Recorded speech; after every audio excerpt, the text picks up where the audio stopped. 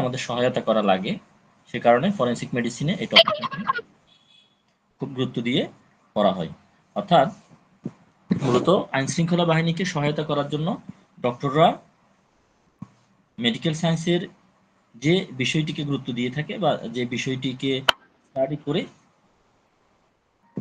আইন শৃঙ্খলা বাহিনীকে সহায়তা করে থাকে অপরাধী শনাক্তকরণে, সে বিষয়টাই হচ্ছে forensic medicine.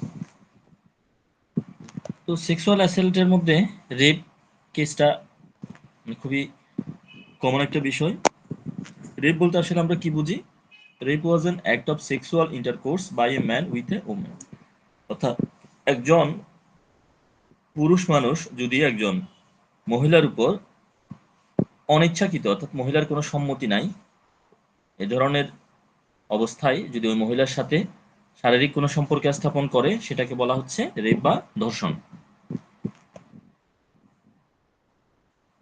The crime typically committed by a man of forcing another person to have sexual intercourse with the offender against their will. অর্থাৎ এখানে বলা হচ্ছে যে একজন মানুষ যখন কাউকে আক্রমণ করবে এবং তার ইচ্ছা ব্যতিরেকে তার সাথে সহবাসে লিপ্ত হবে, তখন সেটা একটা অপরাধ হিসেবে গণ্য হবে এবং সেটাই হচ্ছে রেপ। আমরা এখানে আরেকটা ডেফিনিশন আমরা পড়ি। Rape is unwanted penetration that happens orally, anally, vaginally. অর্থাৎ রেপ হচ্ছে একটা অপ্রত্যাশিত বা যার উপর করা হচ্ছে সে চাচ্ছে না, কিন্তু তার উপর খুব জবরদস্তি করে তার মুখে হোক, তার মলদ্বারে হোক, পায়ুপথে অথবা তার ভ্যাজাইনাতে হোক যদি পেনিট্রেশন ঘটানো হয়, সেটাই হচ্ছে rape. And this is the major difference between rape and sexual assault. Legal definition of rape যদি আমরা দেখি, এটার আইনি সংজ্ঞাটা আমরা একটু দেখে নিই। Sexual penetration without the individuals consent obtained by force or threat of physical harm or when a victim is incapable of giving consent. তাহলে এখানে sexual touching or other unwanted process of sexual contact accompanied by physiological pressure or physiological threat. তাহলে এগুলো সবগুলো হচ্ছে রেপের legal definition. রেপটা কি তাহলে? It is an act of violence, এটা একটা আগ্রাসী একটা আচরণ, আগ্রাসী কাজ। Legal rather than a medical term, denotes penile penetration of the female or male without consent। অর্থাৎ নারী বা পুরুষের মত ব্যতীত তার মধ্যে পেনিট্রেশন করা, এটাই হলো রেপ। এবং স্ট্যাটুটরি রেপের ক্ষেত্রে বলা হচ্ছে sexual activity between an adult and a person under 18 despite the willingness of the under age person. আর অ্যাকোয়াটেন্স রেপ বলা হচ্ছে involve someone being force to have sex by a person he or she knows. অর্থাৎ সে চিনে এই ধরনের কোনো ব্যক্তি দ্বারা যদি সেক্সুয়াল অ্যাসাল্ট ঘটে, এটাকে বলা হচ্ছে অ্যাকোয়াটেন্স রেপ। আর ডেট রেপ হচ্ছে sexual assault with occurs within dating relationship. অর্থাৎ প্রেম ভালোবাসা করতে গিয়ে গোপনে কোথাও দেখা করতে গেল, সেক্ষেত্রে যদি রেপ হয়, সেটাকে বলা হচ্ছে ডেট রেপ। আর স্ট্যাটুটরি রেপ বলা হচ্ছে প্রাপ্তবয়স্ক অথবা 18 বছরের নিচে কাউকে জোর করে কারোর সাথে সম্পর্ক স্থাপন করলে, শারীরিক সহবাস করলে, সেটাকে বলা হচ্ছে স্ট্যাটুটরি রেপ। আর এখানে বিভিন্ন রকম ড্রাগ ইউজ করে অনেকে, অনেকে ড্রাগ ইউজ করে। একটা হলো ক্লাব ড্রাগস, রোহিফেনল এবং কিটামিন, এগুলো ইউজ করে অনেকে। আচ্ছা, আমরা এখন আইনি একটা ধারা দেখবো এখানে, চ্যাপ্টার রেপের। এখানে বলা হচ্ছে a man is said to commit rape who except in the case here in after accepted has sexual intercourse with a woman under circumstances falling under any of the 5 following description। প্রথমত হবে firstly against her will, তার ইচ্ছার বিরুদ্ধে সে কাজ যদি এই কাজটা করে থাকে। সেকেন্ডলি বলা হচ্ছে উইদাউট হার কনসেন্ট, তার মত ব্যতীত, তার সম্মতি ব্যতীত যদি এই কাজটা করে থাকে। থার্ডলি বলা হচ্ছে with her consent when her consent has been obtained by putting her in fear of of death or of hurt, তাকে আঘাত করবে, তাকে মেরে ফেলবে এই ভয় দেখিয়ে তার সাথে যদি এই কাজটা কেউ করে। ফোর্থলি বলা হচ্ছে with her consent when the man knows that he is not her husband. অর্থাৎ মানুষটা জানে সে ওই মহিলার স্বামী না। And that her consent is given because she believes that he is another man to whom she is or believes herself to be lawfully married. অর্থাৎ তার নিজের স্বামী বলে পরিচয় দিয়ে যদি সম্পর্ক স্থাপন করে, সেক্ষেত্রে। ফিফথলি বলা হচ্ছে with or without her consent when she is under 14 years age, 14 বছরের নিচে তার সম্মতি থাক বা না থাক, যদি সহবাস করে ফেলে সেটা ধর্ষণ বলে গণ্য হবে। এক্সপ্লানেশন হচ্ছে penetration is sufficient to constitute the sexual intercourse necessary to the offence of rape. আর এক্সেপশন বলা হচ্ছে sexual intercourse by a man with his own wife, the wife not being under 13 years age is not rape. অর্থাৎ 13 বছর বয়স্ক বা 13 বছরের কম বয়সী নিজ স্ত্রীর সাথে কেউ যদি শারীরিক সম্পর্ক করে সেটা সেক্সুয়াল ইন্টারকোর্স হিসেবে কিন্তু গণ্য হবে না। তাহলে আমরা এই আইনি ধারাগুলো জানলাম রেপ রেপ সম্পর্কে। তাহলে এখানে যৌন অপরাধ কিন্তু অনেক ধরনের হয়ে থাকে। এটা রেপ বা ধর্ষণ হতে পারে, ক্রিমিনাল অ্যাবর্শন হতে পারে, অস্বাভাবিক বিভিন্ন যৌন অপরাধ যেমন সোডোমি থাকতে পারে, বিস্টিয়ালিটি এবং ট্রাইবেডিজম থাকতে পারে, এবং যৌন বিকৃতি থাকতে পারে। সোডোমিটা কি? সোডোমি হচ্ছে যে এই পায়ুপথে যদি সঙ্গম করে, পুরুষ অথবা মহিলার সাথে কেউ যদি পায়ুপথে সঙ্গম করে এটাকে বলা হচ্ছে সোডোমি। বিস্টিয়ালিটি মানে হচ্ছে কেউ যদি পশুর সাথে সহবাস করে সেটাকে বলা হয় বিস্টিয়ালিটি। ট্রাইবেডিজম মানে হচ্ছে দুজন মহিলা যদি একজন আরেকজনের সাথে সমকামিতায় লিপ্ত হয় এটাকে বলা হয় ট্রাইবেডিজম। আরেকটা হলো বাক্যাল কয়টাস। বাক্যাল কয়টাস বলতে হলো মুখের মধ্যে যদি পেনিসটা প্রবিষ্ট করিয়ে যদি সেক্সুয়াল কাজকর্ম করে সেটাকে বলা হচ্ছে বাক্যাল কয়টাস। তাহলে টার্মগুলো আমরা জানবো: sodomy, bestiality, tribadism, buccal coitus. Virginity is the state of a person who has never engage in sexual intercourse. অনেক সময় পরীক্ষায় আসতে পারে যে ভার্জিনিটি বা কুমারিত্ব বা অক্ষত যোনি বলতে আমরা কি বুঝি। তো ভার্জিনিটি বলতে আমরা বুঝি যে যে মহিলা এখন পর্যন্ত কখনো শারীরিক সম্পর্ক স্থাপন করে নাই, যে কখনো যৌন মিলনে লিপ্ত হয় নাই, এ ধরনের মহিলাদের যে বৈশিষ্ট্য এটাকে আমরা বলবো ভার্জিনিটি বা কুমারিত্ব। আর ধর্ষণের সংজ্ঞাটা আমরা কিভাবে দিব? 13 বছরের নিচে নিচে অথবা 14 বছরের কম বয়স্ক কোনো মেয়ের উপর তার বিনা অনুমতিতে, হ্যাঁ, যৌন কার্য যদি সম্পাদন করা হয় এবং নিজের স্ত্রী ছাড়া 14 বছর বা এর চেয়ে বেশি বয়সের অন্য মহিলার উপর তার যদি এই মানে 14 বছর বা 14 বছরের নিচে অন্য কোনো মেয়েদের উপর যদি তার সম্মতি ছাড়া যৌন কার্য সম্পাদন করা হয়, বেআইনিভাবে সম্মতি আদায় করে মানে ভয় টয় লাগিয়ে, হ্যাঁ, ভয় দেখিয়ে যৌন কার্য সম্পাদন করা হয়, সেটাকে আমরা রেপ বা ধর্ষণ বলবো। আর শ্লীলতা হানি মানে কি? শ্লীলতা মানে হচ্ছে যে কোনো মহিলার ইচ্ছার বিরুদ্ধে বা সম্মতি ছাড়া তার দেহের বিভিন্ন অংশ কেউ যদি স্পর্শ করে তখন সেটাকে বলা হবে শ্লীলতা হানি। তাহলে আমরা ছিলাম কোথায়? ভার্জিনিটিতে। ভার্জিনিটিকে ভার্গো ইনট্যাক্টা বলে। ভার্গো ইনট্যাক্ট অর্থাৎ সে ইনট্যাক্ট রয়েছে, ইংরেজিতে বলা হচ্ছে অক্ষত যোনি বলা হচ্ছে এটাকে।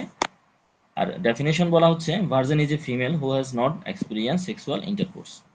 মানে ভার্জিন শব্দটা ব্যবহার করা হয় বিশেষ করে ফিমেলদের ক্ষেত্রে, যে এখন পর্যন্ত সহবাস করা নাই বা যার কোনো সহবাস করার কোনো অভিজ্ঞতা নেই। আচ্ছা, এখন ভার্জিনিটির বেশ কিছু সাইন থাকে, যেমন এক্সট্রা জেনিটাল সাইন থাকে, ব্রেস্টের স্ট্রাকচার এক ধরনের থাকে, হ্যাঁ, জেনিটাল কিছু সাইন থাকে, জেনিটালের আকার আকৃতি এগুলোর কিছু সাইন থাকে। এরপর যদি বলা হয় যে ডিফ্লোরেশন বা সতীত্বনাশ বলতে কি বুঝো, সেক্ষেত্রে আমরা বলবো যে ধরনের বা যে মহিলারা ইতিপূর্বে যৌন কার্য সম্পাদন করেছে বা যৌন কার্যে লিপ্ত হয়ে তার ভার্জিনিটিটা নষ্ট করেছে, এই অবস্থাকে আমরা বলি ডিফ্লোরেশন বা সতীত্বনাশ। ডিফ্লোরেশন ভার্সেস ভার্জিনিটি যদি আমরা একটু দেখি, আমরা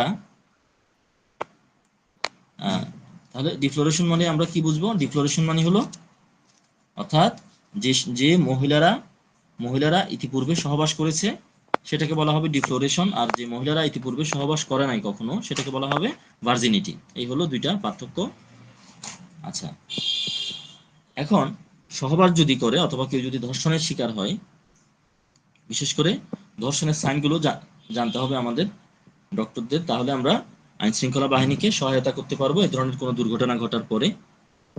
বিশেষ করে আমরা ধর্ষণের চিহ্ন কি কি দেখি আমরা, বিশেষ করে ফেইসে, তারপর হলো চিবুকে, হাতের কবজিতে, বাহুতে, উরুর ভিতরের দিকে অথবা পিঠে, আঁচড় ও নখের খোঁচা এবং থ্যাতলানো দাগ, এগুলো বলাৎকারের চিহ্ন হিসেবে পাওয়া যাবে।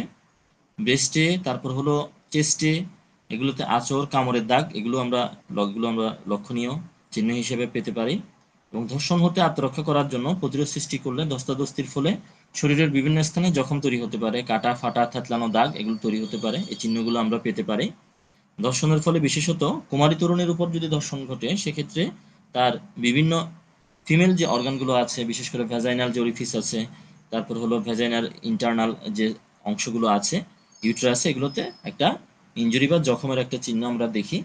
এরপর হাইমেন ছিঁড়ে যাবে, সতীচ্ছেদ ছিঁড়ে যেতে পারে, কেটে যেতে পারে, ফেটে যেতে পারে। এবং ভ্যাজাইনাল এরিয়াতে যেহেতু একটা ইনজুরি হয়, হাঁটতে গেলে ব্যথা লাগার কারণে খুঁড়িয়ে খুঁড়িয়ে হাঁটতে দেখা যায়। এরপর হলো বিশেষ করে ফিমেল অর্গানে একটা সিমেন্ট বা বীর্যের একটা উপস্থিতি লক্ষণীয় থাকে। সেখানে রক্তের দাগও থাকতে পারে, স্ফীত এবং ব্যথাযুক্ত যৌনাঙ্গ থাকতে পারে। এটাও একটা রেপের একটা গুরুত্বপূর্ণ একটা চিহ্ন। এবং ভ্যাজাইনাল যে নালী আছে সেই নালীতে সিমেনের অবস্থান থাকতে পারে, বীর্য লেপটানো এবং রক্ত অনেক সময় শুকিয়ে গিয়ে ধর্ষিতা মহিলার বিশেষ করে যে পিউবিক হেয়ার আছে, যোনি এলাকার যে চুল আছে, সেগুলো জমাট বেঁধে যেতে পারে আঠালো বীর্যের কারণে বা রক্তের কারণে। আর অপরাধী যদি কোনো যৌন রোগ আক্রান্ত হয়ে থাকে, সিফিলিস, গনোরিয়া, এইডস যদি থাকে, সেক্ষেত্রে ওই ভিকটিমের শরীরেও, ওই মহিলার মধ্যেও এই রোগটা দেখা দিতে পারে, এই রোগটা সংক্রমণ ঘটতে পারে।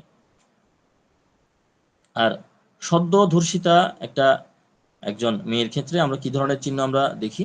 আমরা সদ্য ধর্ষিতা একটা মেয়ের মধ্যে আমরা দেখব যে ভ্যাজাইনা থেকে রক্ত পড়তে থাকবে এবং ভ্যাজাইনার ভিতরে জমাটবদ্ধ রক্ত থাকতে পারে এবং যোনির ভিতরে সেখানে যে মিউকাস মেমব্রেন আছে অংশগুলো, সেই অংশগুলো লাল, অনেকটা কি বলে এটাকে, থেতলে যাওয়ার মতো একটা অবস্থা আমরা অনেক সময় দেখি। হাইমেনটা, মহিলাদের যে হাইমেন থাকে, হাইমেনটা ছেঁড়া, ফাটা বা থেতলানো হয়ে যেতে পারে এবং জনিনালীর অংশটা অনেকটা কি থাকতে পারে, গরম থাকতে পারে, প্রসারিত থাকতে পারে। এবং ক্লিটোরিসের ক্ষেত্রে যেটা, ক্লিটোরিসটা অনেক সময় ডাবানো, ছোট এবং অনেক সময় ফাটা ছেঁড়া থাকতে পারে। আর ধরেন যৌন মিলনে অভ্যস্ত একজন ম্যারিড মহিলা অনেক সময় যদি রেপের শিকার হয়, সেক্ষেত্রে অনেক সময় চিহ্নগুলো অনেক সময় প্রমিনেন্ট নাও থাকতে পারে, তারপরে অনেকগুলো চিহ্ন কিন্তু থাকবে।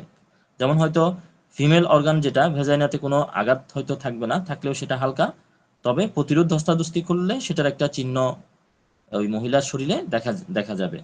আবার ধর্ষণ থেকে আত্মরক্ষার জন্য মহিলা যদি প্রতিরোধ সৃষ্টি করে, ধস্তাধস্তির ফলে দেহের বিভিন্ন জায়গায়, পিঠে, তারপর হলো বাটক বা পাছার দিকে এবং শরীরের উপরের এবং নিচের অংশে, উরুর ভিতরের দিকে, মুখ ও চিবুকে নখের খোঁচা, আঁচড়ের দাগ এগুলো পাওয়া যাবে। ধর্ষিতা মহিলার মুখে ও স্তনে, বুকে অনেক সময় বিভিন্ন বাইট বা কামড়ের দাগ থাকতে পারে। যৌনালীতে শুক্রের অবস্থিতি থাকতে পারে। ধর্ষিতা মহিলার পরিধেয় বস্ত্রে বীর্য বা রক্তের দাগ থাকতে পারে। আবার ল্যাপ্টানো বীর্য বা রক্ত শুকিয়ে গিয়ে অনেক সময় পিউবিক হেয়ার, এগুলো চুলগুলো জমাট বেঁধে যেতে পারে।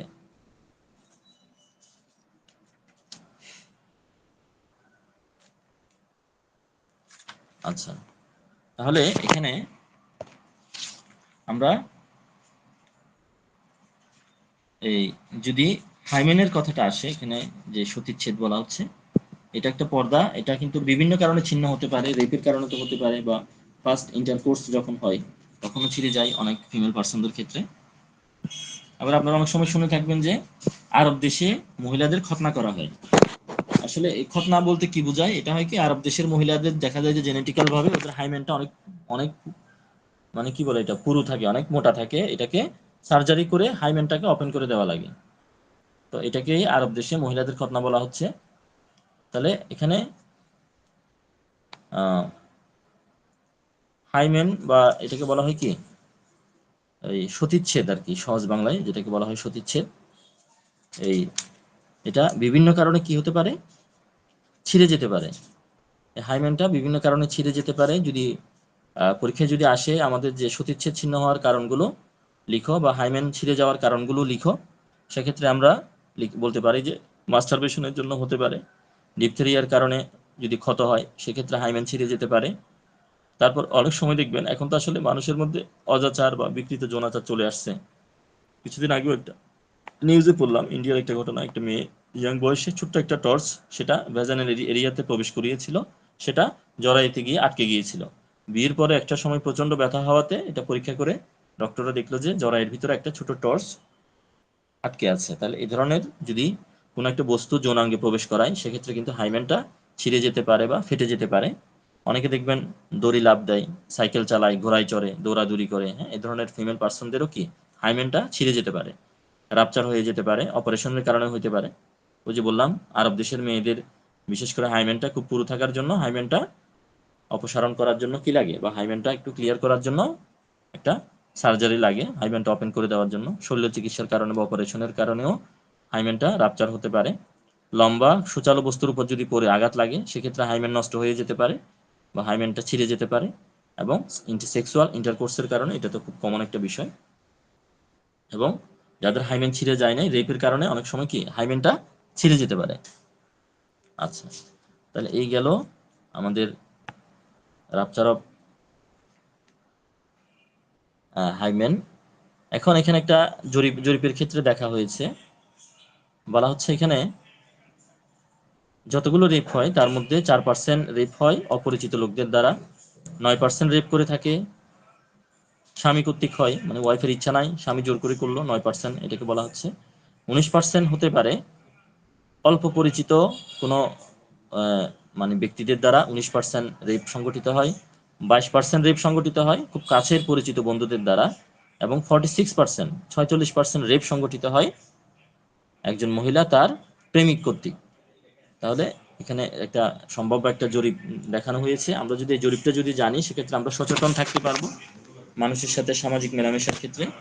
আমরা যদি একটা দূরত্ব মেনটেন করে চলতে পারি নিজেদের সুরক্ষায়, সেক্ষেত্রে নারীরা এই ধরনের দুর্ঘটনা থেকে মুক্তি পেতে পারে। তাহলে অ্যাবিউসের চিহ্নগুলো একটু আগে বললাম যে যৌন মিলনে অভ্যস্ত একজন মহিলা বা একজন ভিকটিমের শরীরে যে চিহ্নগুলো পাওয়া যাবে এবং রেপের পরবর্তী সময়ে এবং সদ্যধর্ষিতা একটা মেয়ে যদি রেপ হয় সেক্ষেত্রে যে চিহ্নগুলো থাকে এগুলো আমরা আলোচনা করে ফেললাম। ফর্মস এবং এই সাইনগুলো আলোচনা করলাম। আচ্ছা, এখন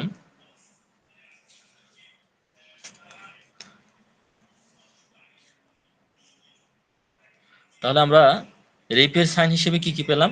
ব্রুইশিং, থেতলে যাওয়া ভ্যাজাইনাল পার্টটা, ব্লিডিং, অত্যধিক পরিমাণে রক্তক্ষরণ হওয়া ভ্যাজাইনা থেকে অথবা অ্যানাল এরিয়া থেকে, হাঁটতে কষ্ট হয়, ডিফিকাল্টি ওয়াকিং, সোরনেস সেখানে ক্ষত তৈরি হয়, broken or discoloration, dislocated bones ভেঙে যায় অথবা হাড়ের জয়েন্টগুলো নড়ে যায়, pain or itching in the genital এরিয়াতে একটা চুলকানি থাকে, ভেনারাল ডিজিজ যৌন রোগ থাকতে পারে, nightmares or other sleep disturbance মানে ওই মেয়েটা তখন আতঙ্কিত থাকতে পারে, ঘুমের মধ্যে বোবাই ধরার মতো একটা অবস্থা তৈরি হতে পারে, ঘুমে ডিস্টার্ব হতে পারে।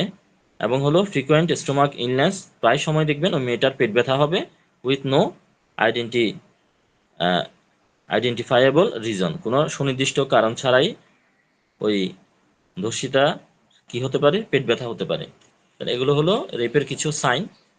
এবং প্রেজেন্ট ভিকটিমের সাইনগুলো বললাম যে রক্ত পড়বে, যোনির ভিতরে জমাটবদ্ধ রক্ত থাকতে পারে এবং যে মিউকাস মেমব্রেন থাকে যোনির সেগুলো থেতলানো আঘাতপ্রাপ্ত অবস্থায় পাওয়া যায়, হাইমেন ছেঁড়া অবস্থায় পাওয়া যায় এবং ভ্যাজাইনাল পার্টে একটা গরম ভাব প্রসারিত অবস্থা থাকে এবং বিশেষ করে ক্লিটোরিসটা হয় ডাবানো ছোট এবং অনেক সময় ফাটাছেঁড়া। এগুলো হলো প্রেজেন্ট ভিকটিমের কিছু চিহ্ন। আচ্ছা, এরপরে রেপের পরবর্তী সময়ে মহিলার মৃত্যু হতে পারে কিনা? হ্যাঁ, মৃত্যু হতে পারে।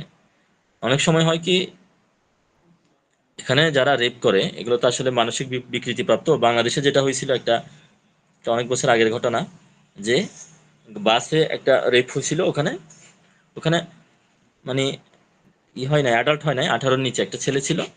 দেখা গেল যে সবাই মিলে রেপ করার পরে সে অনেক কৌতূহলী হয়ে সে একটা রড ওই ওই ফিমেল পার্সনের ভ্যাজাইনাল এরিয়া দিয়ে পুশ করলো এবং সেটা তার ইউট্রাসটা ফেরে তার একদম বুক পর্যন্ত চলে আসলো এবং ওই মহিলা রক্তক্ষরণে মারা গেল। মেয়েটাকে বাঁচানো যায় নাই। ইন্ডিয়াতেও কিছুদিন আগে একটা ঘটনা ঘটলো, ইন্ডিয়াতে তো প্রচুর আন্দোলন হলো এর রেপের কারণে। মমতা ব্যানার্জির পতনের জন্য দেখবেন সবাই আন্দোলন শুরু করে দিল। তো আসলে রেপের কারণে ইনজুরি যদি হয় ভয়াবহভাবে সেক্ষেত্রে কিন্তু অনেক সময় ব্লিডিং হতে পারে, সেপ্টিসেমিয়া হয়ে অনেক সময় মারা যেতে পারে, রক্তক্ষরণের জন্য মারা যেতে পারে এবং প্রচণ্ড অবসন্নতার জন্য মারা যেতে পারে। হ্যাঁ, অনেকে কি সামাজিক লোকলজ্জার ভয়ে অনেকে সুইসাইড করে ফেলে অনেক সময় দেখবেন।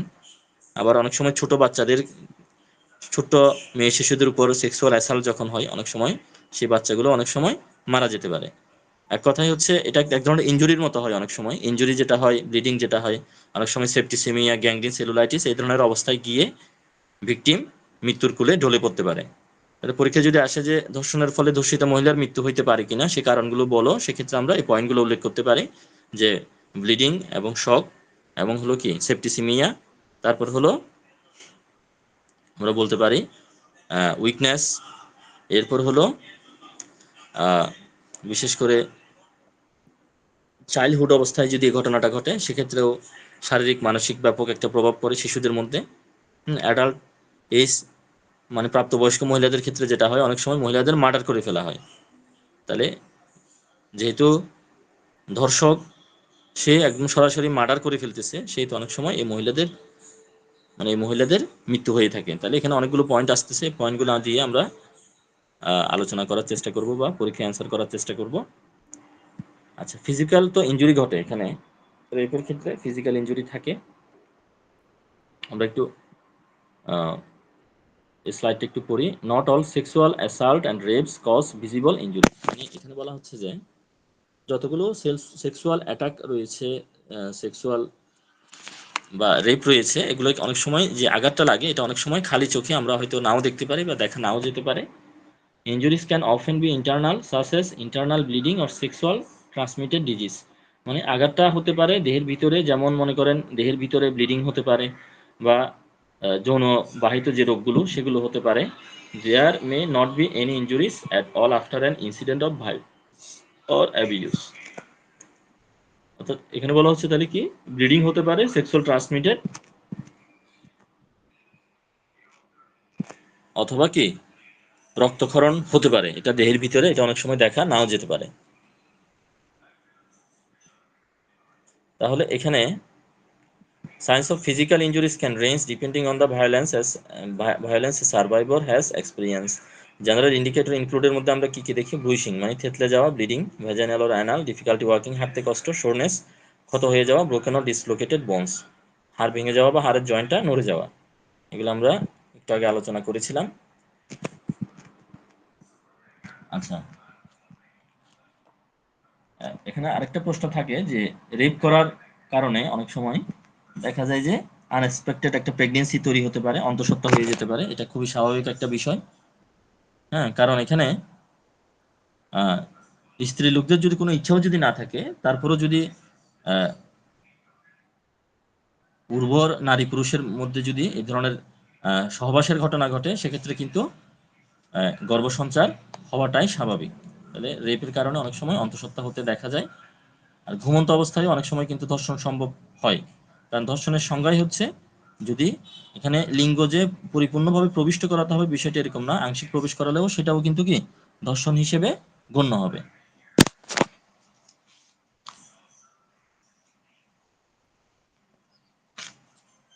আচ্ছা, এখন রেপের কারণে কি শুধু শারীরিক আঘাত লাগে? এটার কি কোনো মানসিক আঘাত লাগে না বা সামাজিক কোনো প্রভাব পড়ে না? হ্যাঁ, অবশ্যই পড়ে। রেপের কারণে তো অনেক সময় শারীরিক আঘাত লাগে, ঠিক আছে, পাশাপাশি মনস্তাত্ত্বিকভাবে তো ফিমেল পার্সন কিন্তু অনেকটা অসুস্থ হয়ে যায়। অনেকে কিন্তু স্টামোনিয়ামের পেশেন্ট হয়ে যায়, অনেকে আবার সিপিআর পেশেন্ট হয়ে যায়, অনেকে পালসেটিলা, অনেকে মাক্সুলের পেশেন্ট হয়ে যায়। হ্যাঁ, অনেকে আবার কি কার্সিনোসিনের পেশেন্ট হয়ে যায়। তাহলে এগুলো কিন্তু সামাজিক একটা প্রভাব পড়ে এবং সমাজেও অনেক সময় কি ওই ধর্ষিতা নিজেকে অনেক নিচু মনে করে, অনেক হীনমন্য থাকে। তাহলে এগুলো শারীরিক মানসিক বিভিন্ন জটিলতা তৈরি করে থাকে। এই টপিকটি এটি পূর্বে আলোচনা করে ফেলেছি। ডেথ ডিউ টু রেপ, অর্থাৎ ধর্ষণের কারণে যে মৃত্যু হয় বা যে মার্ডার ঘটে এখানে, সেটা তাহলে আমরা এভিডেন্স কালেকশন করতে হবে। এখানে এখানে ধরেন যিনি ধর্ষণ করলো বা যে অপরাধী, তারও কিছু পরীক্ষা হতে পারে, এবং যিনি ধর্ষণের শিকার হলেন বা ভিকটিম, তারও কিছু পরীক্ষা হতে পারে। তাহলে আমরা মূলত রেপের ক্ষেত্রে এক্সামিনেশনটা কেন করব, বিশেষ করে যিনি ভিকটিম তার এক্সামিনেশন বা পরীক্ষাটা আমরা কেন করব? আমরা ডিফারেন্ট আমাদের অবজেক্টিভ আছে, বেশ কিছু উদ্দেশ্য আছে। বিশেষ করে to look for physical evidence, অর্থাৎ শারীরিক যে প্রমাণগুলো আছে আমরা সেগুলো সংগ্রহ করার চেষ্টা করব। সেখানে লেপ্টে থাকা বীর্য হোক, সেখানে চুল হোক, সেখানে কোনো কামড়ের দাগ হোক বা লালা হোক, এগুলো আমরা কালেকশন করার চেষ্টা করব। Collect the collect and preserve all the trace evidence, মানে শনাক্ত করতে সক্ষম এই ধরনের সমস্ত এভিডেন্স বা প্রমাণগুলো আমরা সংগ্রহ করা এবং সংরক্ষণ করার চেষ্টা করব। Treat the victim for injuries, venereal disease, দর্শনের কারণে যদি কোনো যৌনরোগ তৈরি হয়ে যায় সেক্ষেত্রে ওই ভিকটিমের যেন চিকিৎসার ব্যবস্থা আমরা নিতে পারি, সেজন্য আমরা পরীক্ষাটা করব। অথবা যদি প্রেগনেন্সি চলে আসে, গর্ভ ধারণ করে ফেলে, অথবা সাইকোলজিক্যাল কোনো ড্যামেজ যদি ঘটে ভিকটিমের, সেগুলোরও আমরা ট্রিটমেন্ট দিতে পারবো। আচ্ছা, মেডিকেল এক্সামিনেশন রেপ কেসের ক্ষেত্রে আমরা কি বুঝি, বা রেপ কেসের ক্ষেত্রে মেডিকেল এক্সামিনেশন বলতে আমরা কি বুঝি? In the investigation and trial of criminal cases involving sexual assault or rape, medical examination of rape victims and suspected sexual assault victims are critical. A true medical examination include a search for wounds, a strangulation marks or other signs of force. মানে হলো যে আমরা বিশেষ করে রেপের ক্ষেত্রে যে এক্সামিনেশনগুলো করি, এখানে আমরা আঘাতগুলো দেখার চেষ্টা করি, হ্যাঁ, স্ট্র্যাঙ্গুলেশন মার্কস, শ্বাসরোধ করার চিহ্নগুলো আমরা দেখার চেষ্টা করি, এবং অন্যান্য জোর জবরদস্তির যে চিহ্নগুলো আছে সেগুলো আমরা চিন্তা করি, সেগুলো আমরা খুঁজে বের করার আমরা চেষ্টা করি। আচ্ছা, আমরা একটা রেপ কেসের মধ্যে আমরা কিভাবে আমরা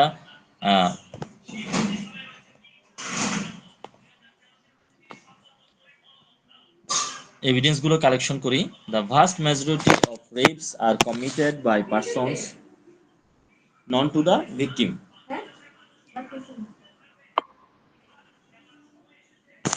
The vast majority of rapes are committed by persons known to the victim. Only between 5 and 15% of assault are perpetrated by a stranger. Therefore, the identity of the perpetrator is frequently reported. Biological evidence such as semen, blood, vaginal secretion, saliva, vaginal epithelial cells may be identified and genetically typed by a crime lab. অর্থাৎ আমরা crime ল্যাবের মধ্যে আমরা biological কিছু evidence আমরা ঘাটাঘাটি করি বা আমরা দেখে থাকি। সিমেন দেখি, বীর্য, রক্ত, ভ্যাজাইনাল সিক্রেশনটা দেখি, স্যালাইভা দেখি, লালা, ভ্যাজাইনাল এপিথেলিয়াল সেলের অবস্থাগুলো আমরা দেখি।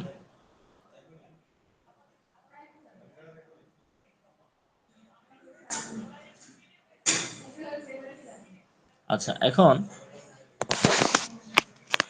আমরা ধর্ষণজনিত কেসে যদি আমরা ভিকটিমকে পরীক্ষা করি, সেক্ষেত্রে আমরা প্রথমে আমরা ভিকটিমকে শনাক্ত করি, এবং পরীক্ষা করার আগে আমরা ওই ভিকটিম এবং তাদের যে বৈধ গার্ডিয়ান আছে, গার্ডিয়ানের একটা লিখিত সম্মতি অবশ্যই নিই, এবং তৃতীয় ব্যক্তি হিসেবে একজন মহিলাকে অবশ্যই পরীক্ষা করার সময় পাশে রাখতে হবে। মহিলা নিজে অথবা অন্য একজন মহিলা ভিকটিমের বস্ত্র উন্মোচন করে সঠিক অবস্থানে এবং পর্যাপ্ত আলোতে পরীক্ষা করা লাগে, কারণ কোনো ডকুমেন্ট যেন মিসিং যেন না হয়। ঘটনার বিবরণটা আমাদের গ্রহণ করা লাগে, ধর্ষিতা মহিলার নাম, ধর্মীয় পরিচয় সহ তার পিতা, স্বামী, এগুলো আমাদের জানা লাগে। প্রহরী, কনস্টেবলের নাম, ঠিকানা, অপর কোনো ব্যক্তি মহিলাকে যদি শনাক্ত করে ওই ব্যক্তির নাম, ঠিকানা আমরা নোট করি। পরীক্ষার জন্য মহিলাকে যে থানা হতে পাঠানো হয়েছে সেই থানার নাম জানা লাগে। শনাক্তকরণের জন্য মহিলার দেহে কোনো চিহ্ন থাকলে সেটা উল্লেখ করা লাগে। ঘটনার তারিখ, সময়, স্থান, এই বিষয়গুলো উল্লেখ করা লাগে। ওয়ারেন্ট প্রাপ্তির তারিখ ও সময় জানা লাগে। মহিলাকে পরীক্ষার তারিখ ও সময় নোট করে রাখতে হয়, এবং পরীক্ষা যদি করতে দেরি হয় সে দেরি করার কারণটাও উল্লেখ করা লাগে। ধর্ষণের অল্প কিছুক্ষণ পর যদি মহিলাকে আনা হয়, তখন দেহে আক্রমণ বা রেপের কোনো চিহ্ন আছে কিনা সেটা শনাক্ত করা লাগে, এবং মহিলার একটা বিবৃতি নেওয়া লাগে যে ধর্ষণকারীকে চিনে কিনা, প্রতিরোধের চেষ্টা বা ধস্তাধস্তি হয়েছিল কিনা, এবং সে সাহায্যের জন্য চিৎকার করেছিল কিনা, এই সময় তার পিরিয়ড ছিল কিনা, বা সে সম্পূর্ণ সচেতন অবস্থায় ছিল নাকি ঘুমন্ত অবস্থায় ছিল, এই বিষয়গুলো জানা লাগে। এবং ওই মহিলার সঙ্গে যে ব্যক্তিরা আসবে ওদের একটা বিবৃতি নেওয়া লাগে। এরপর ধর্ষিতা মহিলার পরীক্ষার জন্য বিশেষ করে বডিতে কোনো আঘাতের বা ইনজুরির কোনো সাইন বা চিহ্ন আছে কিনা সেটা দেখা হয়, ভ্যাজাইনাতে কোনো আঘাতের চিহ্ন আছে কিনা সেটা দেখা হয়, এবং ভিকটিম বা ওই মহিলার দেহে এবং কাপড়ে কোনো পুরুষের বীর্য, রক্তের চিহ্ন লেগে আছে কিনা সেটা দেখা হয়। এবং ঘটনার সময় মহিলার পরনে কি ধরনের কাপড় চোপড় ছিল সেটার একটা নোট নেওয়া লাগে। অনেক সময় সে কাপড়ের মধ্যেও অনেকগুলো চিহ্ন পাওয়া যায়। এবং এসটিডি বা sexual transmitted disease, syphilis, gonorrhoea বা এইডস এগুলোর কোনো চিহ্ন আছে কিনা এগুলো দেখা হয়, এবং ধস্তাধস্তির চিহ্নগুলো দেখা হয়। এবং মহিলার শরীরে যে জখমটা হয়েছে সে জখমটা কতদিন আগে হয়েছে এটার একটা হিসাব করা লাগে, যে কোন সময় এই জখমগুলো হয়েছে। অনেক সময় আবার মহিলারা নিজেরাও নিজের শরীরে জখম করতে পারে, জখমগুলো উনি নিজে করেছে নাকি অন্যভাবে হয়েছে সেটাও একটা মানে ক্লিয়ার হওয়া লাগে আমাদের। এবং ওই ধর্ষিতা মহিলার এইজও একটা ফ্যাক্টর, এইজের বিষয়ে একটা নোট নেওয়া লাগে, বয়স, এবং জনিতে অ্যাসপারমাটোজোয়ার বা বীর্যের উপস্থিতিটা কতটুকু পরিমাণে কি পরিমাণে আছে, এগুলোর কালার, এগুলোর অনেকগুলো পরীক্ষা নিরীক্ষা করা লাগে। এবং হাইমেন ছিঁড়ে গেছে কিনা এই বিষয়টা দেখা লাগে, কুমারিত্বের যে সাইন আছে ভার্জিনিটির সে সাইনগুলো আছে কিনা সেটাও অনেক সময় দেখা লাগে। আচ্ছা, এরপর ধর্ষণের ক্ষেত্রে অভিযুক্ত পুরুষকে যদি পরীক্ষা করার জন্য আনা হয় সেক্ষেত্রেও কিছু নিয়ম আছে। অভিযুক্ত ব্যক্তির বয়সটা দেখা লাগে, অভিযুক্ত ব্যক্তির যৌন ক্ষমতা নির্ধারণ করতে হবে, আসলে সে রেপ করার ক্ষমতা কিনা নাকি তার কোনো ত্রুটি আছে, পুং জননেন্দ্রিয়ের অসামঞ্জস্যতা বা ত্রুটি আছে কিনা, কোনো রোগব্যাধি আছে কিনা, সে মদ্যপান করে কিনা, বা যৌন অক্ষমতা আছে কিনা, এই বিষয়গুলো একটা বিবেচনায় আসে। এরপরে অভিযুক্ত ব্যক্তিটা সুস্থ মস্তিষ্কের নাকি পাগল, অনেক সময় পাগল লোকেরাও কিন্তু রেপ করতে পারে। সুস্থ ব্যক্তি মানে সুস্থ থাকা অবস্থায় সে এই কাজটা করেছে নাকি মস্তিষ্ক বিকৃতির জন্য পাগল হয়ে এই কাজটা করেছে সেটাও নির্ধারণ করা লাগে। এবং তার পেনিস বা তার যে জেনিটাল অর্গান আছে সেখানে সেক্সুয়াল ইন্টারকোর্স সম্পাদনের কোনো চিহ্ন আছে কিনা সেটাও দেখা লাগে। এরপর পেনিসের মধ্যে কোনো দুর্গন্ধ, আঠালো রসের উপস্থিতি এগুলো যদি থাকে এগুলো কিন্তু সম্প্রতি রতিক্রিয়া সম্পাদনের একটা ইঙ্গিত বহন করে। তবে এই যে রতিক্রিয়া বা সেক্সুয়াল বিষয় এটা যে ধর্ষণ হবে সেটা নিশ্চিত করে বলা যায় না, হয়তো ওই ব্যক্তি তার ওয়াইফের সাথে মিলিত হয়েছে সেটাও হইতে পারে। এবং পেনিসের মাথায় এবং সেখানে একটা থ্যাতলানো বা ধস্তাধস্তির একটা ক্ষত চিহ্ন, যেহেতু জোর জবরদস্তি করে সেখানেও আঘাত লেগে যেতে পারে। আর অভিযুক্ত ব্যক্তির পরিধেয় বস্ত্রে বীর্যের উপস্থিতি থাকতে পারে, এটাও সাম্প্রতিক সেক্সুয়াল ইন্টারকোর্সের একটা সাইন। তবে অন্য কোনো মহিলার সাথেও সে রতিক্রিয়ার জন্য কাপড়ে বীর্য লাগতে পারে বা মাস্টারবেশনের জন্য কাপড়ে বীর্যটা লাগতে পারে। অভিযুক্ত ব্যক্তির দেহে বা কাপড় চোপড়ে রক্তের দাগ থাকতে পারে। এবং ধর্ষিতা যদি শিশু বা খুব কম বয়সী একটা বাচ্চা মেয়ে হয় তাহলে এই দাগগুলো খুব গুরুত্বপূর্ণ হয়। এরপরে ধস্তাধস্তির যদি চিহ্ন থাকে তাহলে ধুলাবালি, কাদামাটি এগুলো অনেক সময় কাপড়ে লেগে যেতে পারে। যৌন রোগ ব্যাধির কিছু চিহ্ন থাকতে পারে, যেমন অভিযুক্তের লিঙ্গরস এগুলো পরীক্ষা করে কোনো এসটিডি বা সেক্সুয়াল ট্রান্সমিটেড ডিজিজ আছে কিনা এটার পরীক্ষা নিশ্চিত করতে হয়। এবং ধর্ষিতা মহিলার ভ্যাজাইনাল পার্টে কোনো সেক্সুয়াল রোগের কোনো যদি সাইন থাকে সেটাও আমাদের খুঁজে বের করতে হয় বা পরীক্ষা করে আমাদের দেখা লাগে। আর অনেক সময় কিন্তু কনসিভ করে ফেলতে পারে, গর্ভধারণ হয়ে যেতে পারে রেপের পরে, সেক্ষেত্রে অনেক সময় সেটা অ্যাবর্শন করা লাগে। আমরা অ্যাবর্শন বলতে আসলে কি বুঝি, গর্ভসঞ্চারের 3 মাসের মধ্যে যদি কোনোভাবে ভ্রূণটাকে জরায়ু থেকে বের করে আনা যায় মেডিসিন দিয়ে হোক বা যে কোনোভাবে, সেটাকে অ্যাবর্শন বা গর্ভপাত বলা হয়। আর গর্ভসঞ্চারের 3 থেকে 7 মাসের মধ্যে যদি ভ্রূণটা বের হয়ে যায় সেটাকে বলা হচ্ছে মিসক্যারেজ। আচ্ছা, এখন আমরা এই স্লাইডগুলো একটু পড়ি আমরা।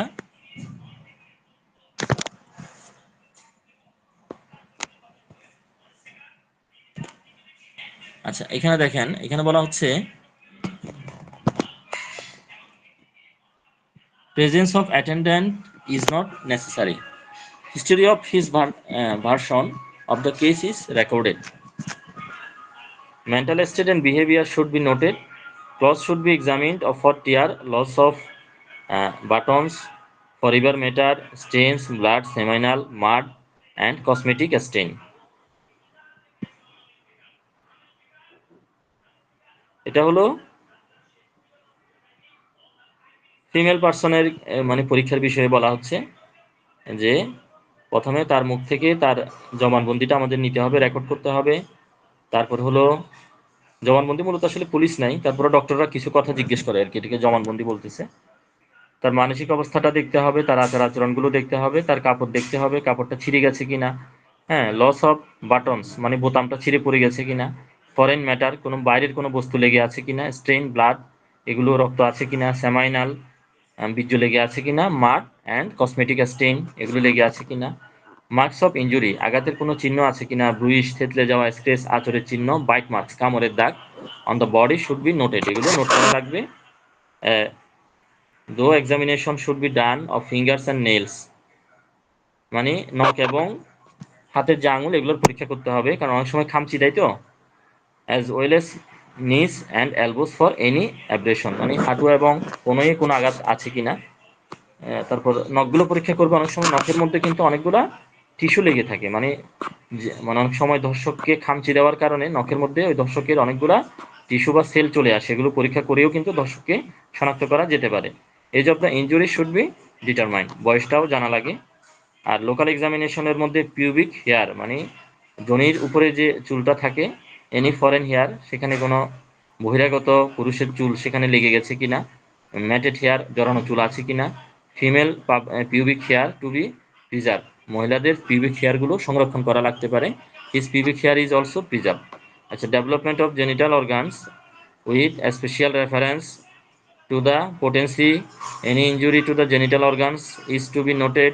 Forceful penetration against the resistance into a hymen may produce tear মানে জোর করে যদি সহবাস করা হয়, পেনিট্রেশন করা হয়, পেনিসটা প্রবেশ করানো হয়, সেক্ষেত্রে অনেক সময় হাইমেনটা ছিঁড়ে যেতে পারে, ব্রুইশিং অথবা থেতলে যেতে পারে অফ দ্য ফেনুলাম অফ দ্য প্রিপোস। অনেক সময় পুরুষদের যে ফেনুলাম আছে মানে পেনিসের নিচে যে লম্বা টানা যে অংশটা থাকে ওইটা অনেক সময় থেতলে যেতে পারে কিন্তু জোর জবরদস্তি করার জন্য, মানে যে শুধু যে রেপ যে মহিলাকে করা হলো ওই মহিলা আঘাত পাবে তা না, যে রেপ করলো সেও কিন্তু তার পেনিসের মধ্যে আঘাত পেতে পারে, ফ্রেনুলামটা তার থেতলে যেতে পারে। Is uncircumcised penis and abrasion of the glans in both the uncircumcised and circumcised penis. The penis should be examined for এখানে sigma thick cheesy secretion alone with discomated epithelial cell and sigma bacilli. If present under the prepuce and corona glands, পেনিসের একটা অংশকে corona glance বলা হয়, is inconsistent with recent sexual intercourse মানে যদি বীর্য টির্য লেগে থাকে সেখানে, হ্যাঁ, তাহলে সেক্ষেত্রে সেটা সাম্প্রতিক সহবাসের বা যৌন মিলনের ঘটনাকে ইঙ্গিত করে থাকে। The smegma is rubbed off during intercourse with takes about 24 hours for রি। আচ্ছা, এখানে তাহলে রেপ এভিডেন্সে আমরা কি কি দেখি? The rape victim must undergo medical examination as soon as possible after the assault. Sexual assault হয়ে যাওয়ার পরে যত দ্রুত সম্ভব ওই ভিকটিমকে অবশ্যই মেডিকেল পরীক্ষার আওতায় নিয়ে আসতে হবে, কারণ অপরাধীকে ধরাটা খুবই জরুরি, অপরাধের বিচার হওয়াটা খুবই জরুরি, এবং এই কাজটাই ফরেন্সিক মেডিসিন কে কাজে লাগায় চিকিৎসকরা। At that time, the appropriate items of physical evidence, including clothing, hairs, and vaginal and rectal swabs, মানে কাপড়, চুল, ভ্যাজাইনাল এবং রেকটাল সোয়েবস মানে ভ্যাজাইনা এবং মলদারের যে রস আছে সেগুলো কালেকশন করা লাগে। Subsequent laboratory examination, all outer and undergarments should be carefully remove মানে পরনের সকল আন্ডারগার্মেন্টস বা কি বলে এগুলোকে জাঙ্গিয়া হোক বা পেন্টি জাতীয় যা যা কিছু আছে এগুলো খুব সাবধানে খুলে এগুলো প্যাকেজ করতে হয় সেপারেটলি, কারণ সেখানেও অনেকগুলো নমুনা লেগে অপরাধের অনেকগুলো নমুনা সেখানে থাকতে পারে, একটা প্লাস্টিক ব্যাগে রাখা লাগে কিন্তু আবার এমনিতে ব্যাগে না। ব্লিডিং অর দ্য অবজেক্ট আপন which the assault took place may also be carefully collected মানে আঘাত প্রাপ্ত স্থানটা সেই জায়গাগুলোর কিছু অংশ হতে পারে, রক্ত হতে পারে, সেগুলো খুব সতর্কতার সাথে কালেক্ট করে বা সংগ্রহ করে নেওয়া লাগে। আর if a suspect is apprehended within 24 hours of the assault, it may be possible to detect the victim DNAs on the male's underwear or on a penile swab of the suspect মানে জাঙ্গিয়া থেকে হোক বা বিভিন্নভাবে হোক 24 ঘন্টার মধ্যে অনেক সময় পরীক্ষা করা গেলে ডিএনএ ভিকটিমের সেখান থেকে অনেক সময় অপরাধীকে শনাক্ত করা যেতে পারে। Items routinely collected from the suspect include all clothing, pubic hair, head hair, penile swab and a blood sample or buccal swab for DNA typing। মানে এই অংশগুলোরও কাপড় থেকে হোক, পিউবিক হেয়ার থেকে হোক, মাথার চুল থেকে হোক, প্যানাইল সোয়াইপ থেকে হোক, হ্যাঁ, ব্লাডের স্যাম্পল থেকে হোক, এগুলা কি করা লাগে, ডিএনএ টাইপিং অনেক সময় করা লাগবে। The forceful physical contact between victim and assailant may result in a transfer of such physical evidence of blood, semen, saliva, hairs, fibers। রক্ত, বীর্য, তারপর হলো লালা, চুল, বিভিন্ন রকম এগুলো অনেক সময় কি লাগে, সংগ্রহ করা লাগে, এগুলো পরীক্ষা করে দেখা লাগে।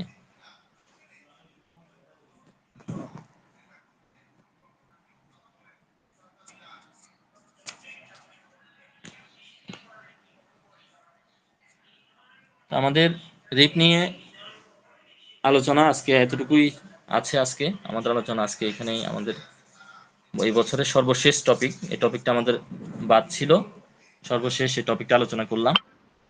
এরপর আমরা পরীক্ষার প্রস্তুতি বিষয়ক কিছু আলোচনা করব আজকে, যেটা আমাদের পরীক্ষা সন্নিকটে। স্যার রেকর্ড অফ করবো স্যার? যে রেকর্ড অফ করে দিতে পারে।